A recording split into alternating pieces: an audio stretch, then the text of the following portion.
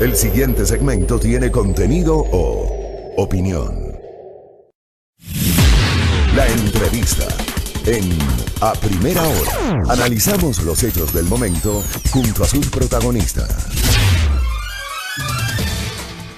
7:10, gracias por la interacción, gracias por acompañarnos. Seguimos transmitiendo en Facebook Live a través de las fanpages de A Primera Hora y de Majestad FM.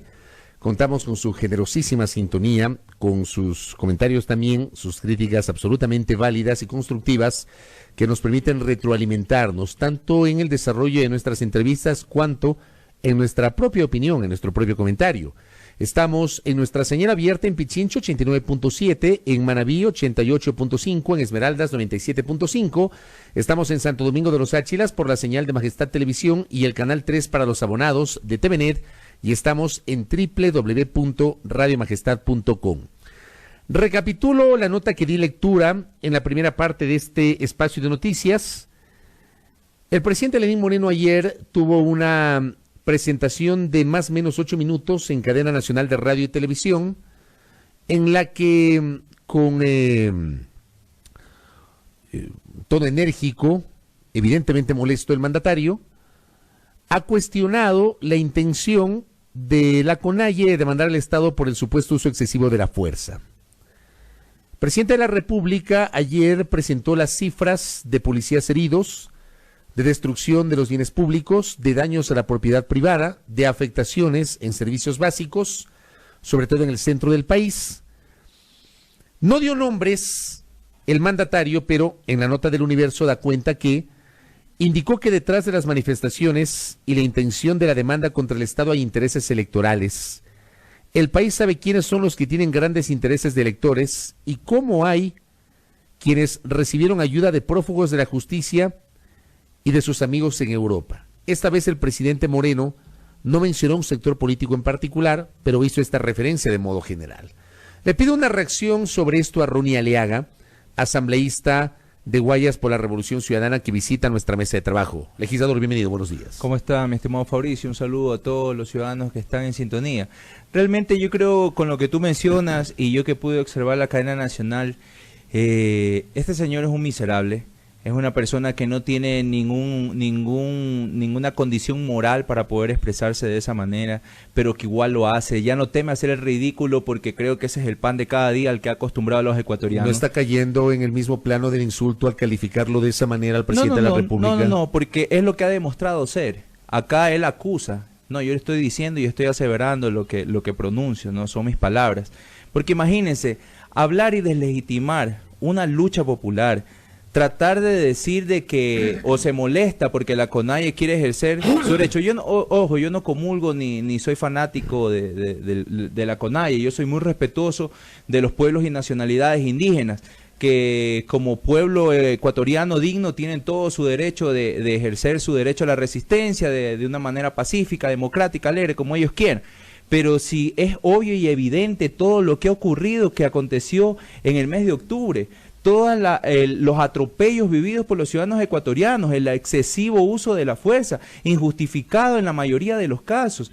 Entonces, imagínate si contamos con un mandatario que utiliza el aparataje comunicacional para tratar de seguir sembrando odio y esa animadversión entre el ciudadano y la clase política, por más que él no diga nombres. Sabemos que se refiere a nuestra organización política, sabemos que se refiere a nuestro líder político y obviamente ya sé que no lo está mencionando porque ha conocido las últimas encuestas y saben que estamos al alza dentro de la aceptación ciudadana. Pero es que, Fabricio, no puede ser de otra manera. Un gobierno, un régimen como el que tiene Moreno, un régimen porque tiene cooptado todas las instancias de poder, versus un gobierno que debería estarle dando solución a los hermanos ecuatorianos y no justificándose que por el paro no construyeron las viviendas.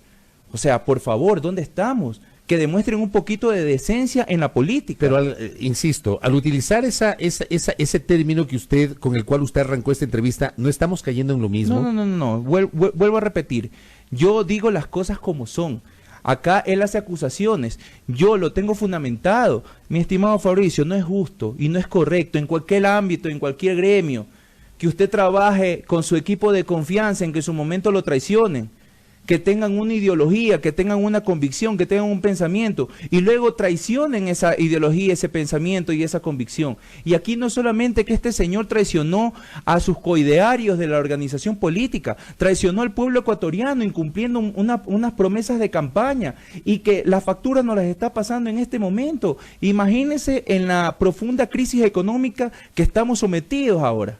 ¿Cómo vamos a resolver? ¿Cuáles son las buenas decisiones que han tomado? ¿Se quiere hacer algo en el combate, en la lucha contra la corrupción? Solamente funciona la lucha contra la corrupción si es contra determinada organización política. Si es contra el primer mandatario de la nación, no hacen absolutamente nada. Usted presentó una denuncia formal ante la Fiscalía respecto del denominado caso INAPapers, a partir de esta publicación del portal La Fuente sobre los laberintos offshore o el laberinto offshore vinculado al entorno del presidente de la República.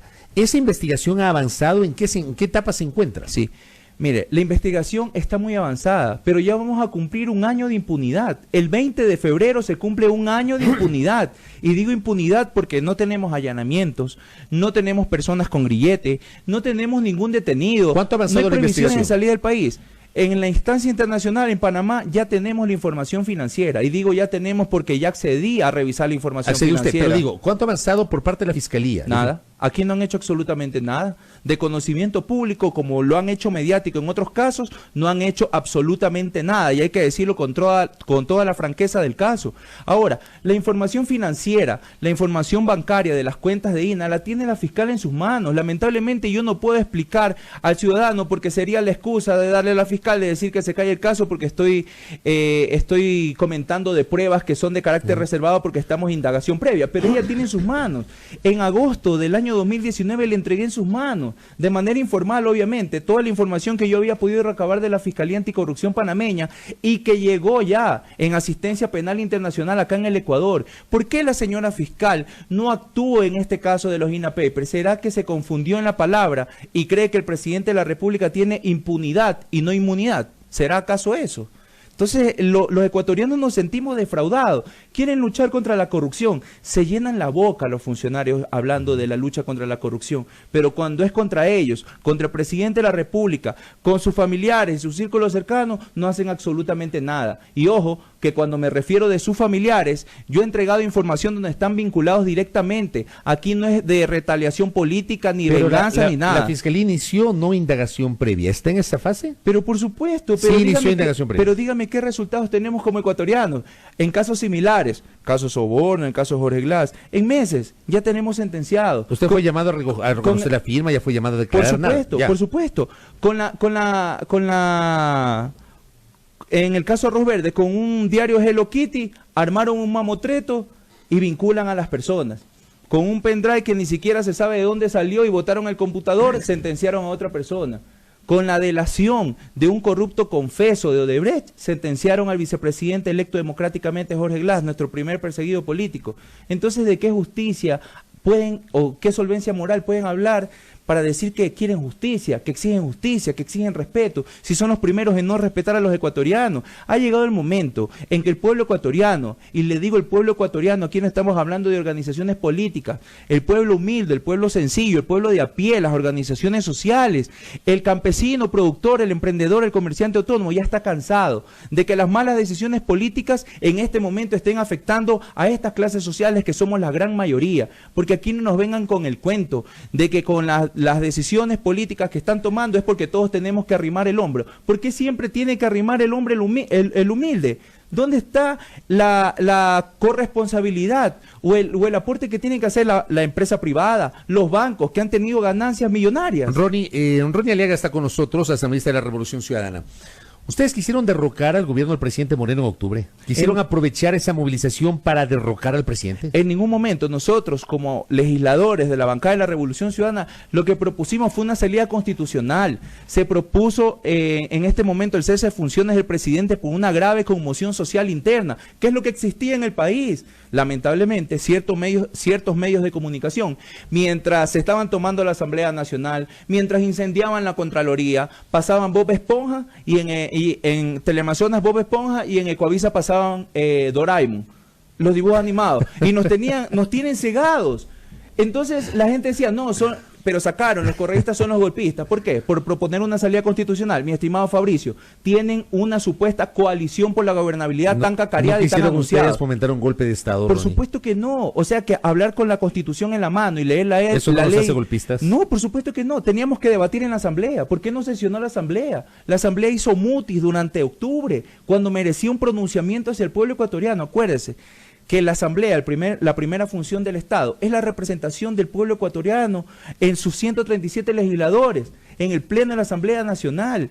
Entonces, ¿qué pasa? Que no se pronuncia sobre un caso tan grave como que se suscitó en octubre y después salen a decir que más vale la Asamblea estaba cuidando la democracia y bla, bla, bla. El pueblo ecuatoriano quiere políticos y no politiqueros, quiere ciudadanos que los representen. Cuando digo ciudadanos es al político, ciudadanos que los representen y que realmente estén en sintonía con esas demandas. ¿Qué quiere el ciudadano en este momento? Fabricio, vengo de Guayaquil. El día de ayer asesinaron a un señor. Sicario. Sí. Lo del caso de sicariato. ¿Qué es lo que quiere la ciudadanía? Seguridad, trabajo, salud y educación. Eso es lo que quiere el ciudadano. Eso es lo que quiere. ¿Y qué está gestionando tanto el régimen y desde la Asamblea Nacional? ¿Qué se está haciendo? Pero ¿qué hacen ustedes los políticos? Porque claro, hay una corresponsabilidad. Usted es político ahora, Ronnie. Usted viene de una base social y usted hoy es político, es legislador. ¿Qué están haciendo ustedes los políticos para satisfacer esas demandas legítimas que tiene el pueblo ecuatoriano? Mire, el año pasado se aprobó una ley de emprendimiento propuesta por el legislador César Ron, de Partido Social Cristiano, en conjunto con Esteban Albornoz, de Partido Gobernista. Se apoyó con los votos. ¿Y dónde está el presupuesto para eso? ¿Ya? Se está hablando y hoy día se va a debatir en la tarde el tema de la prevención y la erradicación del consumo de drogas. Se va a debatir.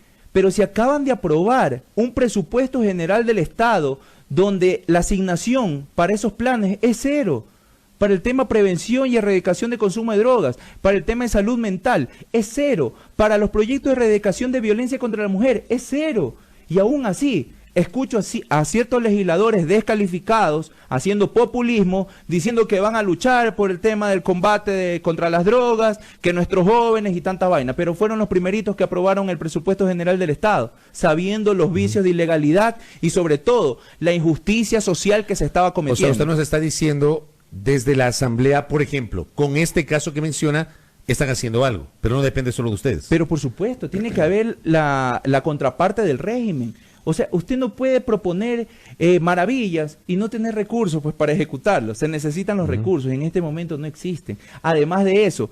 Pero no será, perdón que le interrumpa, ¿no será que eso ocurre porque aprobaron una ley sin el correspondiente financiamiento? Pero es que eso depende del presupuesto general del Estado y teníamos la oportunidad de revisar ese presupuesto general del Estado, pero ahí es donde viene el amarre político y ahí es donde viene esa supuesta coalición por la gobernabilidad, que no es ni tanto la coalición por la gobernabilidad, que es a la conveniencia de cada grupo político y según vaya avanzando el calendario electoral, más se van a desmarcar y más solo van a dejar al presidente Moreno, porque no les interesa. Yo comparto con un periodista unas expresiones de octubre, un periodista que no es de mi agrado, pero creo que tenía la razón y tiene la razón en ese momento. Dijo, en octubre el presidente Moreno conservó la banda, pero no el poder.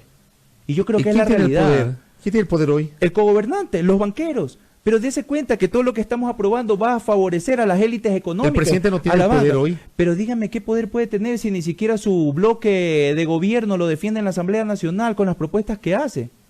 Entonces, ¿qué poder político puede tener? O sea, aquí tratan de hacer el show mediático, a decir que sí están haciendo las cosas, cuando promocionan una minga de salud, una minga, Fabricio, una brigada de salud. Eso promocionan, no la construcción del hospital, no la construcción del centro de salud, una minga. No promocionan la construcción de una escuela, promocionan la construcción de una cancha sintética. Que sí, necesitamos los jóvenes espacios de distracción, pero hay otras prioridades en este momento. ¿Dónde están los espacios educativos que se prometieron en la campaña? 40 universidades. Porque se genera ese círculo de miseria, mi estimado Fabricio. Los jóvenes no tienen que hacer en la casa, no pueden ir a la universidad porque no hay espacios, no hay cupos. No pueden trabajar porque no hay fuentes de ingresos, no hay trabajo, no quieren generar los empresarios. Ok, ¿qué se dedica ese muchacho? ¿O a la droga o a la delincuencia? Y ahí tenemos ese círculo de violencia. y luego tenemos hacinamiento en las cárceles, y tenemos familia que sufre, familias destruidas, jóvenes que desperdician su futuro, y es por la falta de decisión política, por falta de políticas públicas que vayan encaminadas a fortalecer los derechos de los ciudadanos, porque aquí se produce una gran disyuntiva, Fabricio. Los ciudadanos se han dividido en dos grandes grupos, y esto es culpa del régimen, dos grandes grupos. Los ciudadanos que defienden sus derechos, como ya mencioné, seguridad, salud, educación y trabajo, vivienda, y los otros los que defienden privilegios.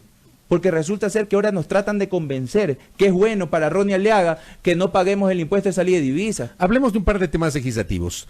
La Revolución Ciudadana tiene ya una posición definida sobre el juicio político a la presidenta del Consejo Nacional Electoral en el evento de que ese juicio político llegue al Pleno de la Asamblea. Todavía no. Dentro de la Comisión de Fiscalización está la compañera Carmita Rivadeneira de la provincia de Esmeraldas. Estamos esperando la información. Mire, no podemos decir una cosa y hacer otra. Yo siempre he creído en el debido proceso, sea quien sea, se lo merece el debido proceso. Aquí es la presunción de inocencia, no es que ella tenga que demostrar que es inocente. ¿Ustedes no tienen definido que no van a respaldar el juicio político como se ha dicho? Todavía no. ¿Cuántos son ustedes en este momento? 29. 29. Sí, no se ha definido. Pero yo creo en este momento que tenemos que analizar mucho el trabajo de la Comisión de Fiscalización. Recordemos que quedó en la impunidad el tema de los juicios de María Paula Romo, pero además de eso, en el tema del Consejo Nacional Electoral, es obvio y evidente que los consejeros, en este caso Verde Soto y Pita, quieren hacer una nueva mayoría. Es obvio y evidente, de la manera descortés y respetuosa que se comportan dentro de las sesiones del Consejo Nacional Electoral. Hay quienes dicen que la Revolución Ciudadana va a... digamos, no va a dar sus votos para la censura y destitución de Atamaín porque ese consejo liderado por Atamaín viabilizó que mantenga su registro electoral la lista 5, el movimiento Fuerza Compromiso Social, que es ahora mismo el paraguas político que ustedes tienen. O sea, si lo vemos desde ese punto de vista, a la larga deberíamos asumir que nos hizo un favor. Cuando a eso me refiero. Es nuestro legítimo derecho. O sea, lo que derecho. dicen algunos críticos ustedes es que ustedes van a salvar a Atamaín porque Atamaín ratificó la existencia de su movimiento político. No. La ratificación del movimiento político responde a la voluntad del pueblo ecuatoriano, responde a que se hicieron bien los procesos administrativos, responde a que es en un espacio democrático y la lid política se tiene que debatir en los campos específicos que en este caso son una participación en unas futuras elecciones. Ahí es el campo político. De que tenían que darnos el registro, por supuesto que sí, era nuestro derecho de participación en la parte política. Aquí no es que nosotros estamos canjeando favor no nos han hecho a nosotros y que los ciudadanos se quiten eso de la cabeza. Nosotros tenemos que responder por nuestras acciones y obviamente cuando se toma una decisión por parte del bloque de la bancada de la Revolución Ciudadana, siempre es en consenso y prima la democracia interna, siempre se toman las decisiones de lo que opine la mayoría. Así que todavía no hemos tomado ninguna decisión en el caso del Consejo Nacional Electoral, tenemos que esperar que se dé el debido proceso dentro de la Comisión de Fiscalización. Cuando esté listo el informe y si pasa al Pleno de la Asamblea Nacional, pues tenemos el espacio de debate necesario para dentro de los procedimientos legislativos. Correcto. Hay un planteamiento del asambleísta Fabricio Villamar. Él ha propuesto que el Pleno de la Asamblea Nacional declare el abandono del cargo, figura que no existe para el caso de un legislador. Yo decía ayer, existe para presidente, vicepresidente de la República, alcaldes, prefectos, pero no existe para un legislador la figura del abandono del cargo. Pero el legislador Fabricio Villamar ha planteado esta figura como una salida para principalizar de forma definitiva a los alternos de sus coidiarios, Gabriela Rivadeneira, Soledad Buendía y Carlos Viteri. La semana anterior se reúne el CAL, y el CAL se da cuenta, entiendo yo, que no hay una normativa legal que avale la figura del abandono del cargo, ratifica la resolución de octubre con la principalización indefinida, no definitiva, indefinida de los alternos, ratifica que no se les va a pagar el sueldo, como ocurre desde octubre, a los legisladores que hoy están asilados, y deja abierta, digamos, no cierra totalmente la puerta, la deja abierta al anunciar que va a solicitar información sobre el estatus de asilados políticos a la Cancillería. ¿Cómo ve usted el escenario de sus tres compañeros que hoy no están más acá? Lo más saludable, tomando en cuenta que tienen el estatus de asilados, ¿no sería dar un paso al costado y renunciar a sus funciones? Mire, dentro de los titulares tendenciosos que yo pude ver en ese sector de la prensa tan nefasto para la historia del país, que jugó un rol paupérrimo, que realmente los verdaderos periodistas, los obreros de la comunicación que tienen ética y moral y cumplen a cabalidad sus funciones, los deja mal parados a todos. Dentro de esos sectores de la prensa decían, los legisladores no están trabajando, están de viaje, están asilados en México, es más, ponían hasta comiendo tacos y cobrando el sueldo, lo cual era totalmente falso. Bueno, desde octubre no cobran el sueldo. Ya, era totalmente falso. Entonces acá se plantean resoluciones que tienen el único ánimo y la única intención es de llamar la atención. Por parte del legislador Villamar, es para llamar la atención, no hay una normativa clara, usted ya lo mencionó, el Consejo de Administración Legislativa no se puede pronunciar en ese tema, son legisladores electos por la voluntad del pueblo ecuatoriano. Asimismo debería haber, si en algún momento, y usted sabe que también es un mecanismo, es una revocatoria de mandato por parte de los propios ciudadanos que los eligieron a los señores, u otras causales que están estipuladas dentro de la Ley Orgánica de la Función Legislativa, pero aquí no es que tenemos que inventarnos la ley. Claro, la Ley Orgánica establece destitución, como ocurrió con Ana Galarza, con Sofía Espín, con Norma Vallejo, habla de muerte, habla de renuncia voluntaria, habla de sentencia penal condenatoria ejecutoriada, no habla del abandono. Ahora iba a lo que usted mencionó, ¿usted cree que deben dar un paso al costado? No, yo no creo, yo le pregunto a usted. Ya. No. Y le hago la misma pregunta que yo le hice la semana anterior a Gabriela Rivadeneira, a quien le entrevisté la semana anterior, porque no están ejerciendo y gozan del estatus de asilo político. Lo lógico no sería que renuncien, tomando en cuenta que ya no están ejerciendo la condición de legisladores. Esa es mi pregunta, Ronnie. Pero es que su dignidad y su investidura de asambleísta se las otorgó el pueblo ecuatoriano, mi estimado Fabricio. Aquí no es que tienen que someterse a la persecución política de un régimen, sería traicionar la propia voluntad del pueblo ecuatoriano. Aquí lo que se ha ganado en las urnas nos tratan de arrebatar mediante argucias, mediante el lawfare, la persecución política, y eso no lo podemos permitir, no los podemos tolerar. Que sepan que la gente de la Revolución Ciudadana somos gente honesta, gente transparente, gente que ha estado preocupado y velando siempre por los derechos de los hermanos ecuatorianos, y que obviamente si tienen sus legisladores y tienen su investidura, el único que debería tener la potestad de retirársela son el pueblo ecuatoriano. Si no hubiese los causales obviamente determinados en la ley, que usted ya lo mencionó, y que se han dado casos de gente que se rasgaba las vestiduras y fueron destituidos por corruptos. Hay una alianza implícita, esta pregunta les he hecho ya a los socialcristianos y a algunos de la Revolución Ciudadana, pero es una pregunta recurrente. ¿Hay una alianza implícita con los socialcristianos por parte de ustedes? Pero ¿qué? Ya vio los chats de esos que andan circulando. Esa es una bobada. Quien crea que esos chats son reales, por Dios. Yo vi ayer algunos políticos haciéndose eco de esos chats que parecen más falsos que... Ya, porque, o sea, nosotros tenemos el teléfono de los compañeros legisladores, pero supuestamente usted se escribe por Twitter. Pero bueno, así es la gente. Pero es que sabe que no, el problema es el siguiente, que comunicacionalmente tratan de darle rostro a la supuesta alianza que existe. Por eso vinculan a los dos legisladores, que yo sé, obviamente tengo entendido, que tienen su familia, que usted sabe que son situaciones personales en las que la política no debería meterse. Aquí la alianza entre Partido Social Cristiano y Revolución Ciudadana supuestamente se entiende por las votaciones que hemos tenido en conjunto en las últimas sesiones del Pleno de la Asamblea Nacional, pero no nos dejemos engañar, hemos votado en conjunto porque es lo que necesita el pueblo ecuatoriano.